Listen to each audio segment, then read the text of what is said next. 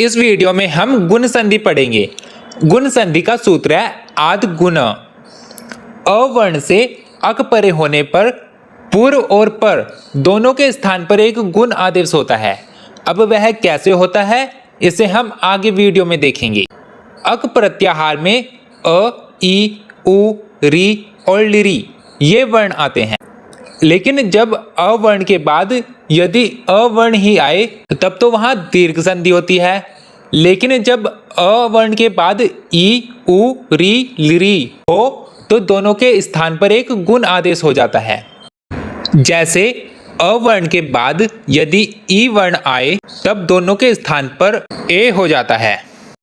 अब इसे उदाहरण के साथ समझते हैं। जैसे उप और इंद्र।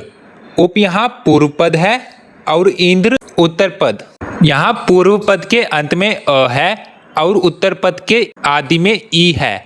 जब इन दोनों का मेल होगा तब इन दोनों के स्थान पर ए हो जाएगा और शब्द बनेगा उपेंद्र।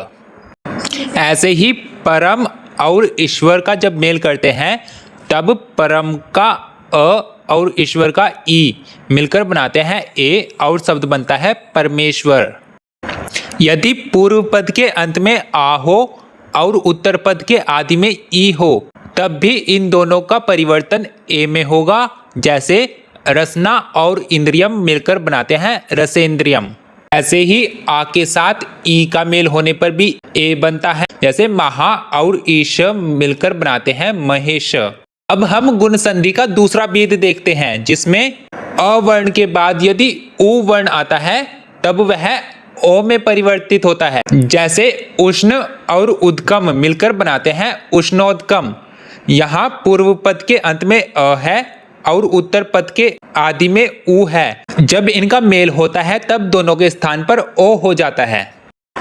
यदि पूर्व पद के अंत में आ हो और उत्तर पद के आदि में उ हो, इनका परिवर्तन भी ओ में होता है। जैसे महा और उत्सव मिलकर बनाते हैं महोत्सव।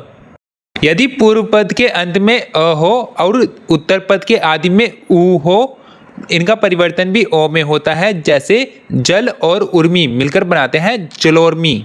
ऐसे ही दीर्घ आ और दीर्घ उ का परिवर्तन भी ओ में होता है। जैसे गंगा और उर्मी मिलकर बनाते हैं गंगोर्मी। गुण संधि का तीसरा भेद है, जब अ वर्ण के बाद री आता है तब वह अर में परिवर्तित हो जाता है। जैसे देव के बाद अ है और ऋषि के आदि में री है। जब इन दोनों का मेल होगा तब यह अर में परिवर्तित हो जाएगा। देव और ऋषि की संधि करने पर शब्द बनेगा देवर्षि। यदि दीर्घ आ के बाद री आता है तब भी इनका परिवर्तन अर में होता है। जैसे महा और ऋषि शब्द मिलकर बनते हैं महर्षि।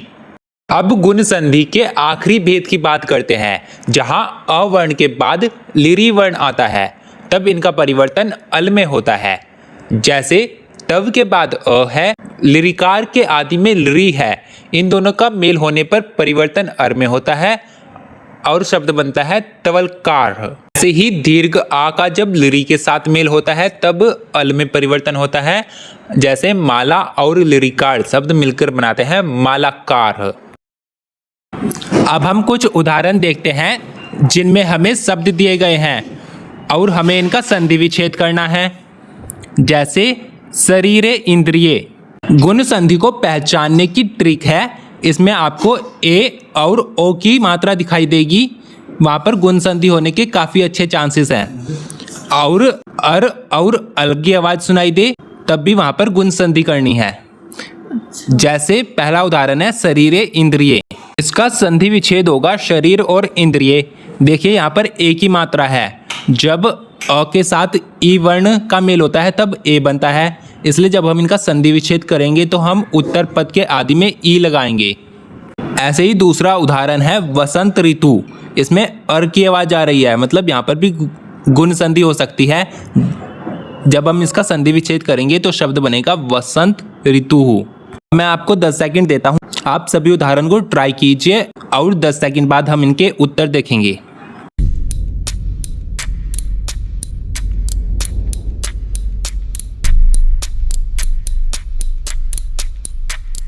उपेंद्र का संधि विच्छेद होगा उप और इंद्र। तथेती का हो जाएगा तथ और इति। कंठ उच्चारणम का हो जाएगा कंठ उच्चारणम। सप्तऋषि का होगा सप्त और ऋषि। सूर्य उदय का हो जाएगा सूर्य और उदय। और तवल दंत का हो जाएगा तवल और लिरिदंत। देखिए इससे पहले हमने दीर्घ संधि पढ़ी थी जिसमें समान वर्ण आते हैं, जैसे अ के बाद अवर्ण, ई के बाद ई वर्ण, उ के बाद उ वर्ण और री के बाद री वर्ण। गुण संधि में अ वर्ण के बाद ई उ री लृ आते हैं और इनका गुण एक आदेश होता है जो हमने इस वीडियो में देखा।